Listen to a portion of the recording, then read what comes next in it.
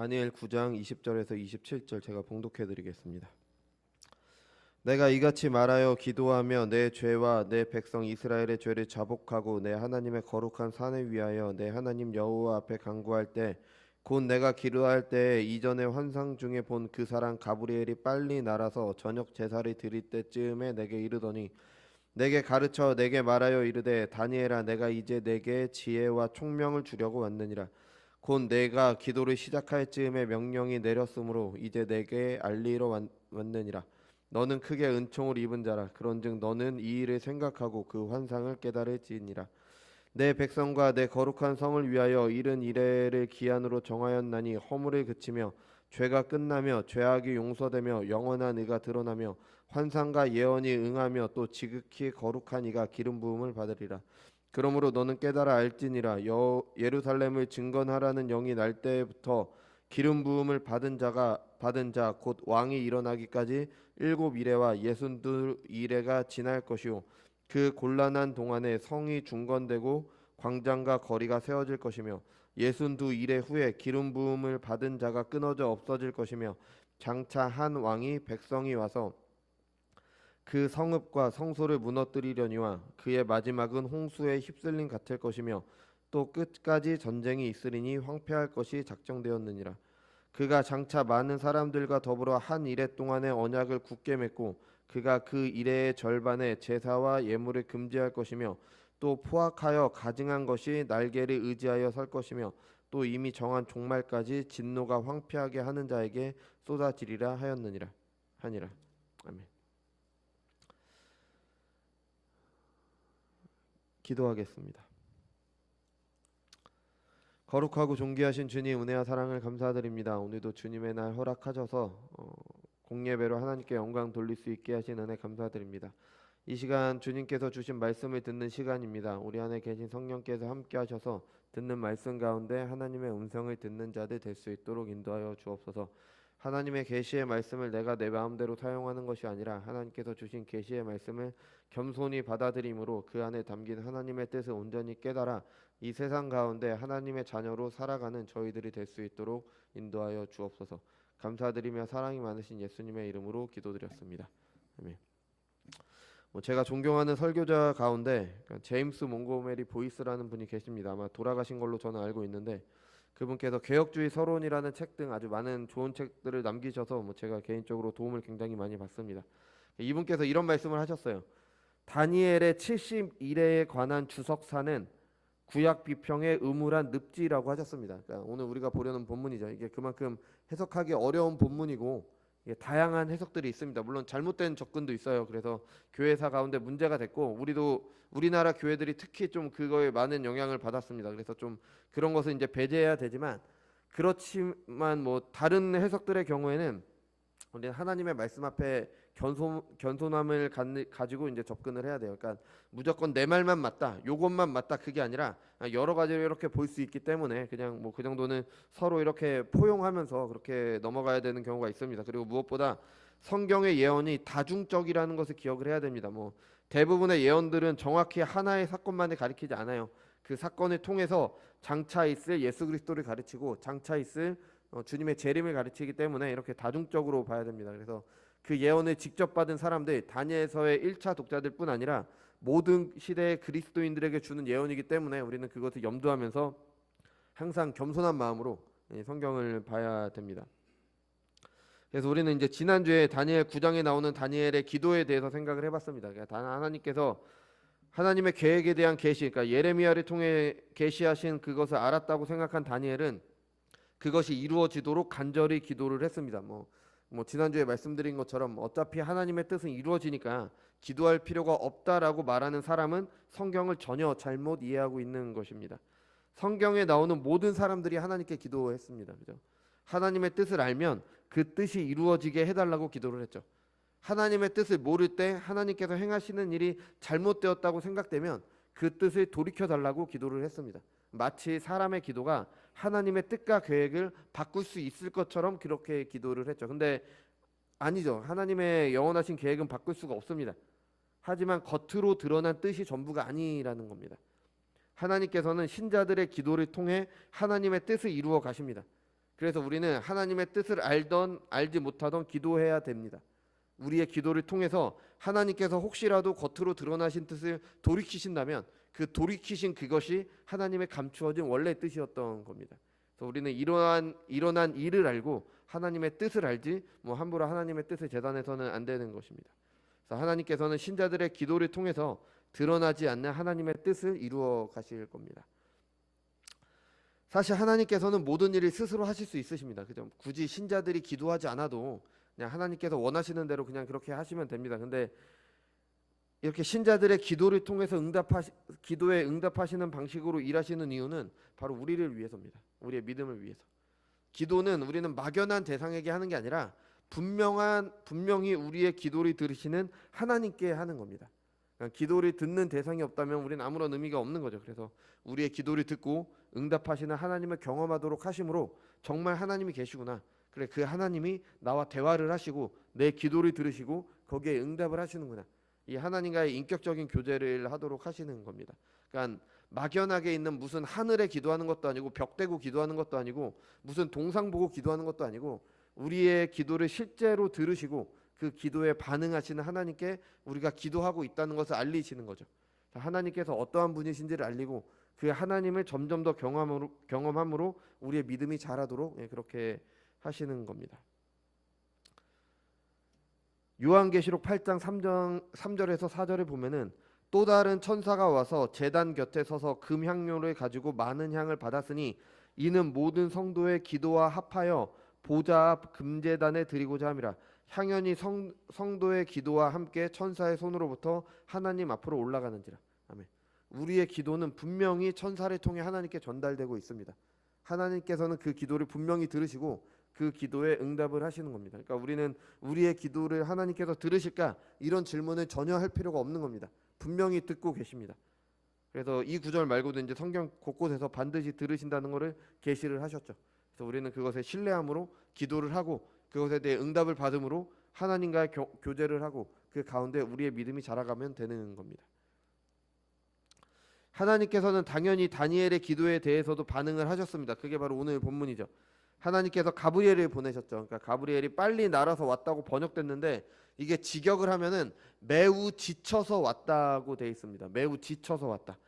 그러니까 천사는 영적인 존재이기 때문에 지칠 수 없잖아요. 영적인 존재가 지친다, 하늘을 날아다닌다, 그것도 좀 애매하니까 그냥 빨리 날아서 왔다고 그렇게 번역한 것 같아요. 근데 매우 지쳤습니다. 근데 우리가 이건 본문을 볼 때 천사가 지치나 안 지치나 요거에 대해서 연구하는 게 아니라 하나님께서 우리에게 천사가 지치도록 왔다라고 그렇게 계시를 해주셨잖아요. 그럼 우리는 그렇게 이해하면서 왜 이렇게 지쳐서 왔는지를 고민을 하면 되는 겁니다.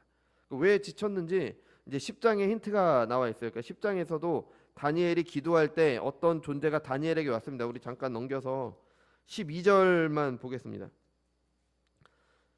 12절에 보면은 그가 내게 이르되 다니엘아 두려워하지 말라. 내가 깨달으려 하여 내 앞에서 스스로 겸비하게 하기로 결심하던 첫날부터 내 말이 응답받았으므로 내가 내 말로 말미암아 왔느니라. 그런데 바사 왕국의 군주가 21일 동안 나를 막았으므로 내가 거기 바사 왕국의 왕들과 함께 머물러 있더니 가장 높은 군주 중 하나인 미가엘이 와서 나를 도와주므로. 그러니까 이렇게 나와 있죠. 그러니까 여기서 바사 왕국은 페르시아 제국이죠. 근데 바사 왕국의 군주가 페르시아 제국의 왕을 말하지는 않습니다. 이게 10장 볼 때 자세히 보겠지만 천사와 같은 어떤 영적 존재입니다. 왜냐하면 뒤에 나오는 군주 중 하나인 미가엘도 천사잖아요, 그죠? 이런 영적 존재를 말하는 거죠. 그러니까 이거를 정리해 보면 뭐냐면은 하나님께서는 다니엘의 기도를 들으시고 다니엘을 깨닫도록 하시기 위해 누군가를 보내셨습니다. 근데 그것을 21일 동안 막는 존재가 있었죠. 그게 바로 바사 왕국의 군주라고 그렇게 표현이 되어 있는 겁니다. 하나님께서 하시려는 일을 어떻게 막을 수 있냐? 막으려고 하는 거죠. 막으려고 시도를 하는 겁니다. 그럼에도 불구하고 하나님께서는 결국에는 이 해석할 수 있는 존재를 보내주신 거죠. 하나님께서는 그의 계시를 알리는 일이 아주 중요했습니다. 그래서 하나님을 대적하는 자는 그것을 어떻게든 막으려고 안간힘을 쓴 거예요. 그러니까 21일 동안 못 가도록 안간힘을 쓴 겁니다. 그럼에도 불구하고 하나님께서는 그의 계시를 반드시 전달해야 하셨기 때문에 전달을 하신 겁니다. 그래서 가브리엘이 지쳐서 온 거죠. 매우 지쳐서 온 겁니다. 이런 과정을 거쳐서 왔기 때문에. 천사가 지쳤다는 표현을 할 정도로 하나님께서 그의 계시를 전하는데 그것을 막는 존재가 있는 겁니다. 그러니까 하나님께서 가브리엘을 보내신 그 중요한 일이 뭐냐? 바로 지혜와 총명을 주는 겁니다.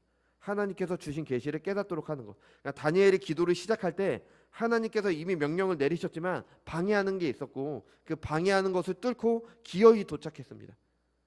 하나님의 계시를 알리는 것은 하나님의 대적자들에게는 반드시 막아야 하는 일이었고 하나님은 반드시 보내야 되는 일이기 때문에 그것을 가브리엘이 매우 지쳐서 왔다라는 말로 이렇게 표현을 해주신 겁니다. 우리가 읽어본 요한계시록의 말씀처럼 하나님께서는 우리의 기도를 반드시 들으십니다. 그렇지만 그 기도에 대해서 우리가 기대한 것처럼 반응하시지는 않으십니다. 기도는 기본적으로 내 진실한 소원을 하나님께 아뢰는 겁니다. 기도는 다른 말을 다 이렇게 넘겨 덮어 놓으면은 일단은 중요한 거는 진실한 나의 소원을 하나님께 아뢰는 게 바로 기도예요. 우리의 믿음이 자랄수록 하나님의 뜻이 이루어지는 것이 내 진정한 소원이 되기 때문에 내 기도를 통해 점점 하나님의 뜻이 이루어지도록 기도를 하게 되는 거죠. 그게 우리의 믿음이 자라가는 거잖아요. 그렇지만 기도는 우리의 소원을 아뢰는 것이기 때문에 우리가 흔히 생각하기를 기도 응답을 우리의 소원의 성취라고 생각할 수 있어요. 그래서 내가 생각하고 내가 정한 것을 하나님의 뜻이라고 오해해서 그것이 이루어지는 것이 기도 응답이라고 생각할 수 있습니다. 근데 아니라는 겁니다. 성경에서 기도 응답을 받은 걸 보면 그게 아닙니다. 만약에 그랬다면은 다니엘이 한 기도에 대한 응답으로 이스라엘의 회복이 일어났어야 됐어요. 근데 아니었잖아요. 기도에 대한 응답이 내 소원 성취가 아닐 수가 있습니다. 하나님의 뜻이 아니라면 하나님께서 하나님의 뜻을 알리시는 것으로 기도에 응답을 하십니다. 다니엘에게 하신 응답이 바로 그거였어요. 그러니까 다니엘이 그 예레미야서를 읽고 70년을 깨달았다고 생각하고 이스라엘의 회복을 위해 기도했잖아요. 근데 하나님의 반응은 가브리엘을 보내면서 가브리엘을 보내셔서 지혜와 총명을 주는 겁니다. 네가 깨달았다고 생각했냐? 근데 아니다. 내가 너에게 계시를 깨달을 수 있도록 지혜와 총명을 주겠다. 이게 하나님의 반응이었던 겁니다. 그러니까 다니엘이 잘못 이해했다는 거죠. 다니엘이 잘못 알았습니다. 이것이 하나님께는 이거를 전하는 게 하나님께는 무척 중요한 일이었고 대적자들은 반드시 그거를 막아야 되는 일이었습니다. 그럼 그게 그 계시가 과연 뭘까요? 그러니까 다니엘이 뭘 잘못 이해했고 하나님께서 다시 알려주신 게 바로 뭘까요? 그게 바로 70일에 관한 겁니다. 그래서 70년과 70일에 대해서는 이제 다양한 의견들이 있어요. 그래서 저 나름대로 여러 학자들의 글을 이제 받고 그리고 나름대로 결론을 내리신 분들의 설교들도 이렇게 많이 들어봤고 했습니다. 이제 여러 가지 검토를 했어요. 그래서 근데 뭐 지금 이 시간이 신학교 수업도 아니고 그걸 다 말씀드릴 필요도 없고 시간도 없습니다. 그래서 제가 가장 성경을 해석한 것이라고 생각된 거를 이제 말씀드리려고 합니다. 이것과 다르게 보는 경우도 있어요. 다르게 보는 견해도 있는데 그것도 괜찮습니다. 그냥 아예 잘못된 뭐 세대주의적인 해석이 아니라면은 그래서 잘못된 종말론으로만 가지 않으면은 괜찮습니다. 근데 기본적인 틀은 그러니까 전체적인 내용은 다 비슷합니다. 그러니까 다니엘은 70년이 다 됐으니까 말씀하신 대로 회복시켜 달라고 기도를 했죠. 근데 하나님께서는 71회를 말씀하셨어요. 다니엘이 이해한 70년이 잘못됐다는 겁니다. 이 70년을요 우리는 그 문자적으로 봐서 70년으로 보시는 분들도 계시는데 70년을 문자적으로 보기보다는 상징적으로 보는 게 낫습니다. 그래서 예레미야 25장 11절에 보면은 이 모든 땅이 폐허가 되어 놀랄 일이 될 것이며 이 민족들은 70년 동안 바벨론의 왕을 섬기리라. 여기서 70년이 나온 거거든요. 네, 이 모든 땅이 폐허가 되는 거, 예루살렘이 완전히 폐허가 되는 거는 포로 1, 2차 포로 때가 아니라 3차 포로 때입니다. 1, 2차 포로 때는 이 예루살렘이 남아 있었어요. 왕들이 여전히 남아 있었습니다. 근데 이제 3차 포로 때 완전히 망하게 되죠. 그리고 그때부터 성전을 재건하라. 그러니까 다시 바벨론 포로에서 풀려나는 그 명령이 내려지기까지가 바로 예레미야가 말한 70년이 되는 거죠.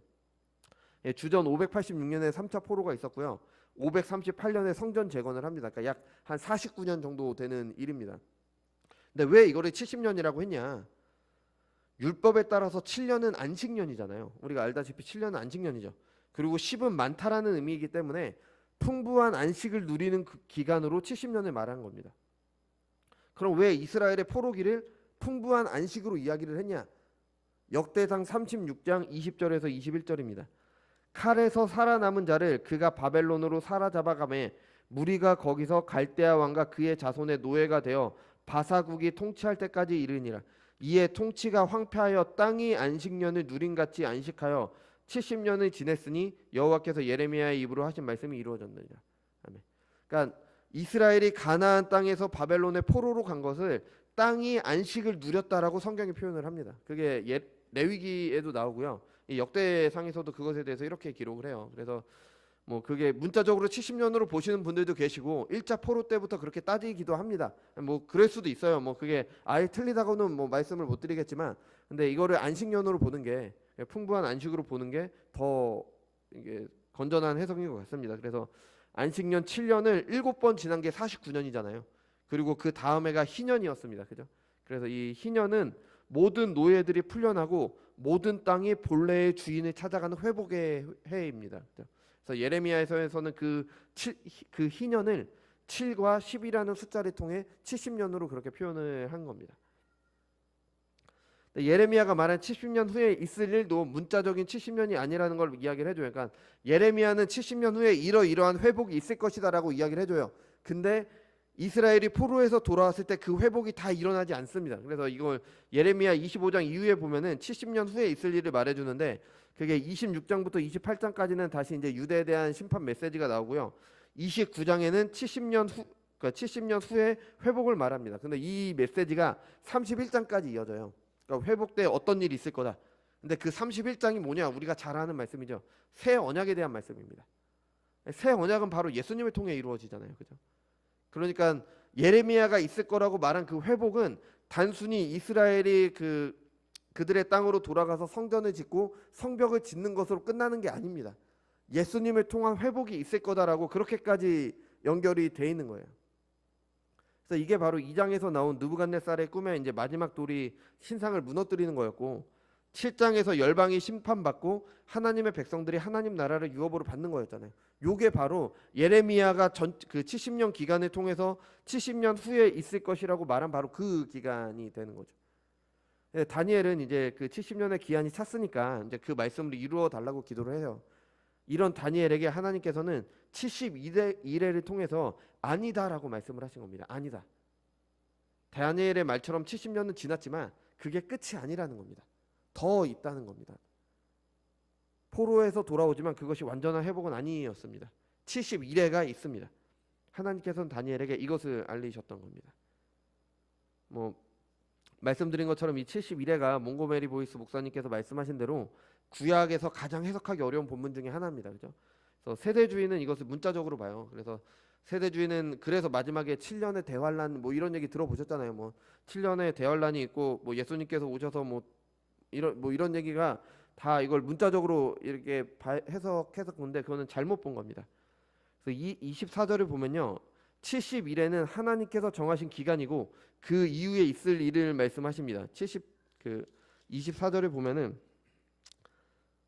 9장 24절 일은 이래를 기한으로 정하였나니 허물이 그치며 죄가 끝나며 죄악이 용서되며 영원한 의가 드러나며 환상과 예언이 응하며 또 지극히 거룩한 이가 기름 부음을 받으리라. 이거는 그 예수님을 염두한 예언입니다. 이거는 종말론적인 예언을 말하고요. 그러니까 70일에는 예수님께서 오심으로 시작되고 다시 오셔서 완성하실 종말론적인 회복을 향하고 있는 겁니다.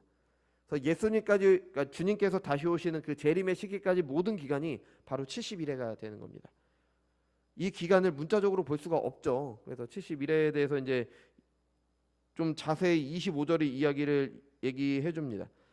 예루살렘을 증건하라는 영이 날 때부터, 여기서 영이라고 되어 있어서 이걸 뭐 영적, 뭐 영혼 그렇게 생각할 수가 있는데 이 영은 명령할 때 영입니다. 그러니까 예루살렘을 증건하라는 명령이 날 때부터, 그러니까 고레스가 성전을 지으라는 명령을 할 때부터 이제 71회가 시작이 되는 거죠. 그래서 바벨론의 포로가 끝난 이유가 이제 71회의 시작입니다. 그러니까 예레미야가 말한 70년이 끝이 아니라 그 이후에 71회가 더 있다는 겁니다. 이스라엘은 포로로 돌아갈 것이지만 하나님께서 정한 기간의 끝이 아닙니다. 성전이 재건되고 성벽이 다시 지어지지만 그것은 완전한 회복이 아닙니다. 완전한 회복을 위해서는 71회가 더 있다는 겁니다. 천사는 이 71회를 세 부분으로 나눴죠. 처음에 7일회, 그 다음에 62일회, 그 다음에 마지막 한 일회. 그래서 요거를 7 더하기 62 더하기 1 하면 70입니다. 그래서 이렇게 세 개로 나눈 거죠. 그래서 기름 부음 받은 자 곧 왕이 일어나기까지가 7이레와 62이레, 그러니까 총 69이레가 지나갑니다. 그동안 성과 광장과 거리가 세워지는 거죠. 그리고 마지막 한 이레가 있습니다. 근데 그 한 이레는 가장 많은 핍박이 있습니다. 기름 부음 받은 자가 끊어져 없어질 겁니다. 한 왕이 와서 그의 백성들과 함께 와서 성도를 무너뜨립니다. 많은 사람들과 언약을 맺어 하나님과의 언약을 배신하고 예배를 드리지 못하게 할 것입니다. 포악하여 가증한 것이 날개를 의지하여 설 것입니다. 그러니까 72레에서 요 2레를 어느 정도 기간으로 볼 거냐에 따라서도 다양한 의견들이 있습니다. 그래서 이제 뭐 그렇지만 뭐 제가 이렇게 해석한 바로는 그냥 상징적인 기간으로 보는 게 가장 좋습니다. 딱 뭐 1년이다, 뭐 70년이다, 뭐 35년이다 이렇게 보시기도 하는데 상징적인 기간입니다. 상징적인 기간. 왜냐면은 71회 중에 그 마지막 한 일회를 보면은 마지막 한 일회에서 가장 큰 핍박이 있을 거라고 얘기를 했잖아요. 그게 8장의 5번째 뿔에 대한 이야기와 비슷합니다. 그래서 하나님께 드리는 제사를 없애고 성소를 더럽히고 뭐 사람들을 속여 하나님과 언약을 배반하도록 하는 이런 얘기들이 나와요. 그래서 이게 8장에서 말씀드렸듯이 헬라 제국의 셀류쿠스 왕조의 안티오쿠스 4세잖아요. 그죠? 이게 11장에서도 이 사람에 대한 얘기가 계속 나옵니다. 그죠? 요 마지막 한 일회를 안티오쿠스 4세에 의한 핍박으로 봅니다. 1차적으로는 그렇게 봐요. 그래서 26절부터 말하는 이 69 일회가 지난 후에 기름 부음 받은 자가 끊어진다는 게 안티오쿠스 4세가 대제사장 오니아스 3세를 죽입니다. 그리고 그 이후에는 그냥 그 대제사장으로 세워지는 게 아니라 이 왕에게 돈을 바쳐서 그렇게 대제사장 자리를 사게 됩니다. 그래서 기름 부음 받은 자가 끊어진다는 게 그런 의미가 되는 거죠.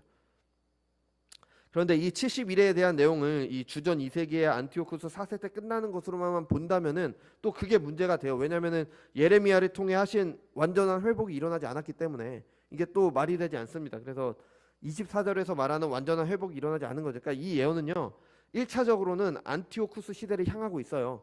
근데 그와 동시에 예수님께서 오셔서 이루시고 다시 오셔서 완성하실 종말론적인 회복을 향하고 있다, 이렇게 봐야 되는 겁니다.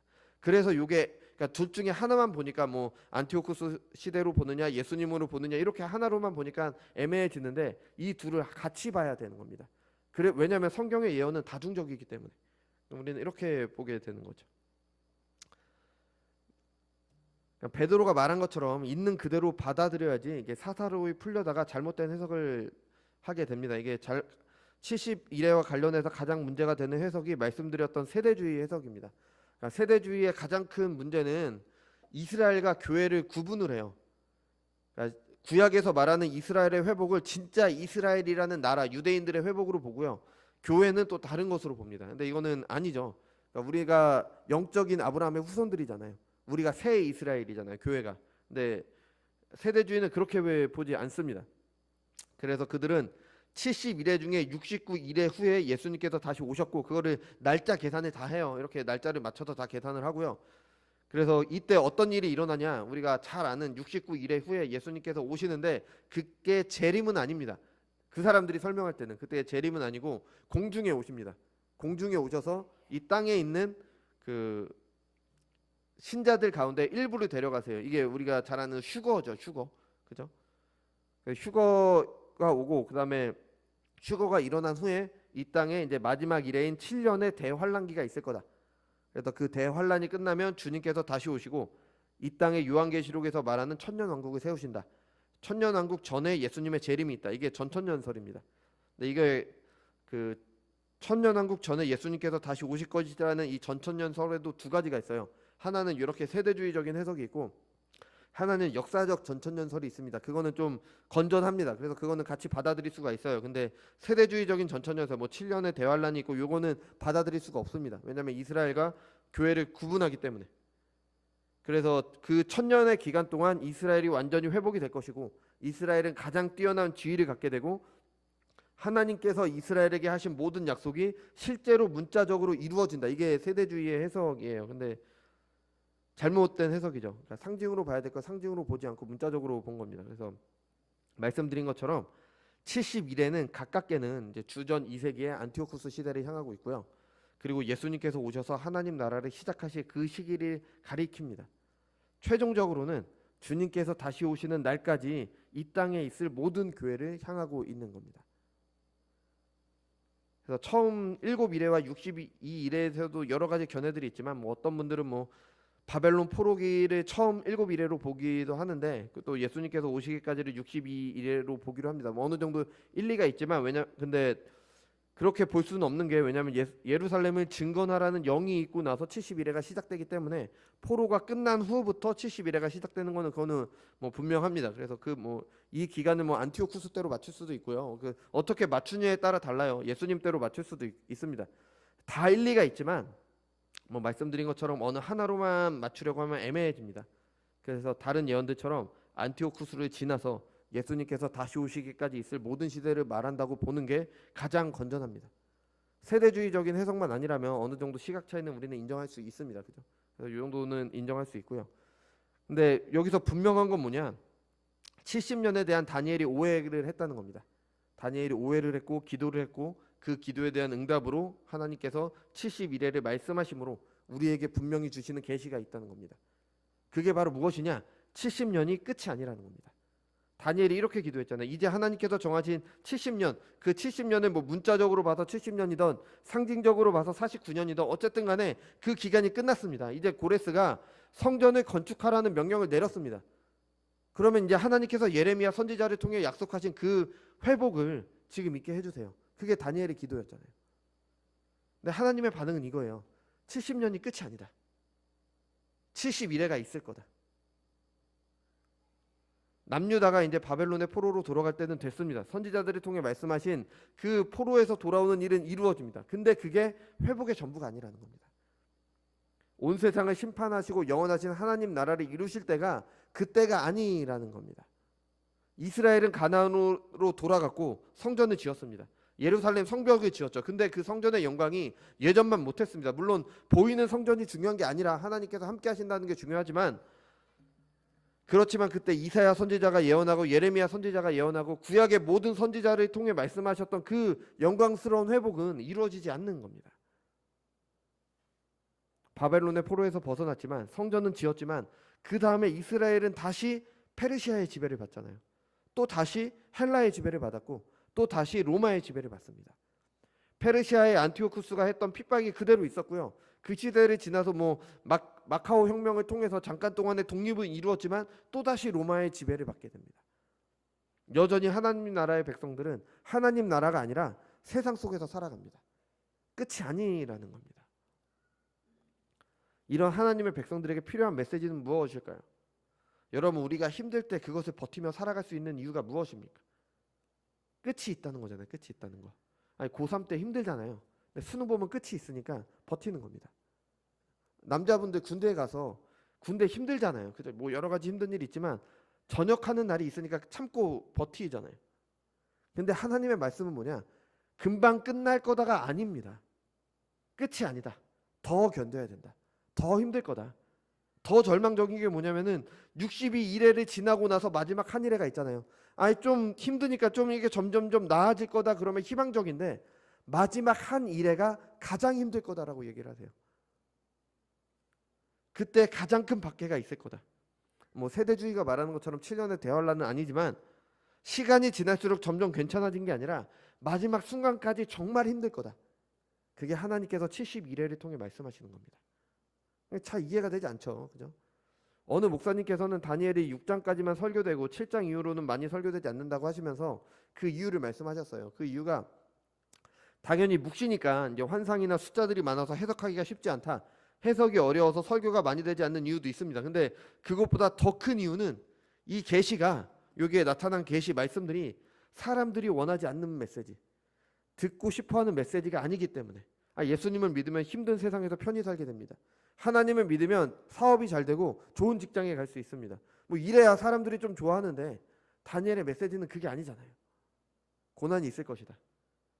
근데 그 고난이 끝나는 지점이 있을 것이다. 근데 그게 끝이 아니다. 여전히 힘들 거다. 그리고 마지막까지 그 마지막의 마지막 그 순간이 가장 힘들 거다. 이거 누가 좋아하겠습니까? 근데 여러분 이게 교회의 역사입니다. 교회의 역사가 이래요. 교회가 세상에서 핍박을 받지 않았던 적이 없습니다. 우리가 사도행전을 볼 때 봤듯이 신약교회가 시작될 때부터 핍박이 있어 왔어요. 처음에는 권력자들이 핍박했죠. 제국들이 핍박했습니다. 근데 그러다가 어느 순간에 기독교가 뭐 나라의 종교가 되기도 했어요. 뭐 로마의 국교가 되기도 했고, 뭐 영국이나 세계를 제패한 나라들의 종교가 될 때도 있었어요. 뭐 가깝게는 미국의 종교였죠. 근데 그때 교회는요 안으로 타락했습니다. 교회가 세속화됐고, 세속화된 사람들은 참된 신앙을 지키려는 사람들이 핍박했습니다. 그러니까 교회 안에서 가짜 교회가 진짜 교회를 핍박한 겁니다. 그러니까 교회는 핍박 당하는 겁니다. 아브라함의 아들 이스마엘이 이삭을 희롱했잖아요. 그게 가짜 교회가 진짜 교회를 핍박할 것을 우리에게 보여주는 겁니다. 뱀의 후손과 여자의 후손이 뱀의 후손이 여자의 후손을 핍박할 것을 보여주고 있는 거예요. 게다가 이런 권력과 야합해서 세속화된 교회를 본 세상 사람들은요, 가짜 교회를 본 사람들은 참 그들의 눈에는 뭐 가짜 교회나 참된 교회나 교회잖아요. 그러니까 참된 교회까지 묶어서 비난하게 되는 거죠. 세속화되지 않으려고 몸부림치는 진정한 교회들은요, 안에서는 가짜 교회들에게 치이고요, 밖에서는 그들과 함께 묶여서 세상 사람들에게 치입니다. 이게 교회인 거예요. 이게 교회. 교회 계속 고난이 계속되는 이게 바로 교회인 겁니다. 그럼 이런 질문을 하게 되죠. 그런데 이런 교회는 왜 다녀야 됩니까? 도대체 왜 우리가 이런 참된 교회가 돼야 됩니까? 도대체 우리는 왜 예수님을 믿어야 될까요? 예수님께서 이 땅에 오셔서 이 모든 일의 끝을 시작하셨습니다. 하나님께서 말씀하셨던 완전한 회복을 시작하셨습니다. 다니엘은 예수님에 대해 전혀 몰랐어요. 예상도 할 수 없었습니다. 그래서 70년의 포로 생활의 끝이 그 회복의 때인 줄 알고 오해를 했던 겁니다. 하지만 우리는 알고 있죠.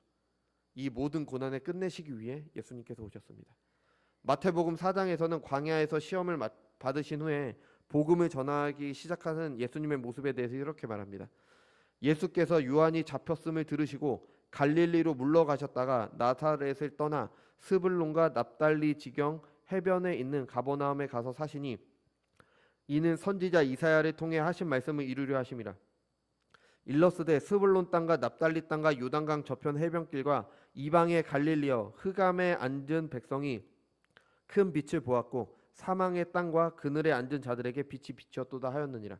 이때부터 예수께서 비로소 전파하여 이르시되 회개하라 천국에 가까이 왔느니라 하시다.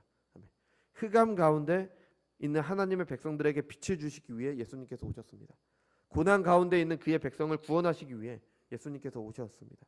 물론 그게 끝이 아닙니다. 예수님께서 다시 오시기까지 신자들은 여전히 세상 속에서 고난 가운데 살 것입니다. 어쩌면은 예수님께서 다시 오시기 전 그 순간이 세상에서 교회가 겪을 수 있는 가장 큰 고난의 시기가 될 것입니다. 왜 이런 고난 가운데 살아야 됩니까? 이런 세상에 속해서 적당히 죄에 물들어서 술에 물 탄 듯 물에 술 탄 듯 살면 되지 않습니까? 그렇게 살면 좀 편하고 또 예수님도 믿고 그렇게 살 수도 있는 거 아닙니까? 우리가 그동안 봤던 다니엘서는요, 이런 삶에 대해서 짐승의 삶이라고 이야기를 하고 있습니다. 사람다운 삶이 아니다. 예수님을 통해 구원받은 사람들, 참된 인간성을 회복한 사람들의 삶이 사람의 삶인 겁니다. 하나님을 영화롭게 하고 영원토록 그를 즐거워하는 삶을 사는 것이 하나님께서 본래 우리를 창조하신 대로의 삶입니다. 하나님께서는 우리에게 그 삶을 살 수 있도록 허락하신 거고요. 우리의 고난의 삶이 바로 그 삶을 살아가는 겁니다. 그 삶 가운데 고난이 있고 고난을 겪더라도 그렇게 살아야 되는 겁니다. 아무리 애굽이 좋아도 노예로 그곳에서 사는 것보다 광야에서 힘들어도 자유인으로 하나님을 자유롭게 섬기는 자유인으로 사는 것이 더 좋고 더 바르고 더 사람다운 하나님의 창조에 맞는 삶인 겁니다. 그게 바로 신자의 삶이에요. 하나님의 형상대로 지으심을 받은 사람의 삶인 겁니다. 그 삶이 천국을 누리는 삶인 겁니다. 그 고난이 천국을 누리는 삶이라는 겁니다. 그것이 하나님의 백성들의 삶인 거죠. 우리의 삶 힘듭니다. 그죠? 뭐 죽는 것보다 사는 것이 더 좋다고 말은 하지만 뭐 그 삶도 만만치 않습니다. 정말 힘이 들죠. 어떤 삶의 정황이든 뭐 돈이 많건 적건 뭐 좀 교육을 많이 받았던 적게 받았던 사회적 지위가 높던 낮던 어떤 직업을 가졌던 다 힘듭니다. 뭐 힘듦의 종류는 다를 수 있지만 삶이 힘들지 않다라고 말하는 사람은 없어요. 그런 사람이 있다면은 모르겠습니다. 사람이 뭐 너무 힘드니까 뭐 여러 가지 것들에도 이제 죄를 짓게 되는 그럴 수도 있는 거죠. 그죠? 그런 삶 가운데 가뜩이나 힘든 삶 가운데 신자로 살아가는 삶은 더 힘듭니다. 세상과 구별된 백성으로서 사는 것은 더 힘들어요. 내 안에 남아있는 죄와 싸워야 되고요. 언제든지 나를 넘어뜨리려고 우는 사자처럼 노리는 대적자들을 경계해야 됩니다. 또 밖에서 오는 핍박도 있어요. 하나님의 말씀대로 살면 손해보도록 악한 세상은 그렇게 만들어갑니다. 하나님의 백성으로 살지 못하도록 그렇게 사는 것을 어리석은 것으로 만들어갑니다. 또 코로나처럼 큰일도 있었잖아요. 그죠? 그때는 정말 예배를 드린다는 게 죄인 되는 거였잖아요. 예배를 드린다는 이유로 학교나 직장에서 눈총을 받았잖아요. 잘못된 교회들의 잘못 때문에 그런 게 있을 수도 있지만 방역 수칙을 잘 지키는 교회인데, 그러니까 교회의 잘못이 아닌데도 예배를 드린다는 것으로 눈총을 받았습니다. 또 예배당에서 예배를 못 드릴 상황도 있었죠. 그죠? 또 앞으로도 이런 일이 없을 거라고 우리는 장담할 수가 없는 겁니다. 근데 그 코로나가 끝날 것 같지 않았는데 끝났잖아요. 그죠? 끝났습니다. 어쨌든 끝났어요. 근데 그게 끝이 아니라는 겁니다. 더 있다는 겁니다. 더. 똑같이 환란이 더 있습니다. 주님께서 다시 오시는 날까지 가장 큰 환란이 우리에게 있을 것입니다. 그런데 괜찮습니다.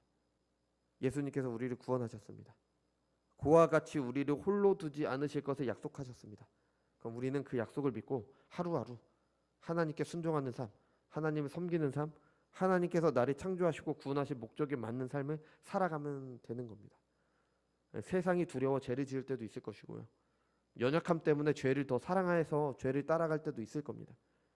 나는 하나님의 뜻대로 잘했는데 이유 없이 핍박을 당할 때도 있을 겁니다. 괜찮습니다. 친히 사람이 되신 우리 주님께서 우리의 모든 연약을 다 알고 계십니다. 우리가 당하는 핍박도 하나님께서 허락하시지 않으시면 결코 허용되지 않습니다. 그리고 그 모든 일을 통해서 결국 하나님께서는 하나님 나라를 이루어 가실 것이고요. 우리가 하나님 나라를 살도록 하실 겁니다. 하나님께서 다니엘의 기도에 대한 반응으로 이것을 알리려고 하셨습니다. 더 큰 핍박이 있을 것이다. 더 환란이 있을 것이다. 근데 하나님의 대적자는 필사적으로 이것이 알려지는 것을 막으려고 했습니다. 마치 예레미야 시대의 거짓 선지자들이 우리는 망하지 않을 거야. 하나님의 성전이 있는데 어떻게 우리가 망해? 우리는 평안해. 평안하다 평안하다 말했던 그 거짓 선지자들이 얘기하는 것처럼 그것을 막으려고 했습니다. 그죠? 그럼에도 하나님께서는 끝까지 가브리엘을 통해 이 계시가 전해지도록 하고 있습니다. 그리고 그 계시는 지금 우리에게 전해지고 있습니다. 이 귀한 계시의 말씀을 감사함으로 받으시기 바랍니다. 고난이 있을 겁니다. 끝날 것 같아 보여도 또 고난이 있을 겁니다. 그렇지만 괜찮습니다. 우리 주님께서 우리와 함께 하시기 때문입니다. 끊임없이 이어지는 고난 가운데서도 장차 다시 오셔서 하나님 나라를 완성하실 예수님을 소망하며 살아가시기 바랍니다. 그게 하나님 나라를 누리는 것이고요. 그런 우리의 삶을 통해서 하나님 나라가 이루어져 갈 것입니다. 기도하겠습니다.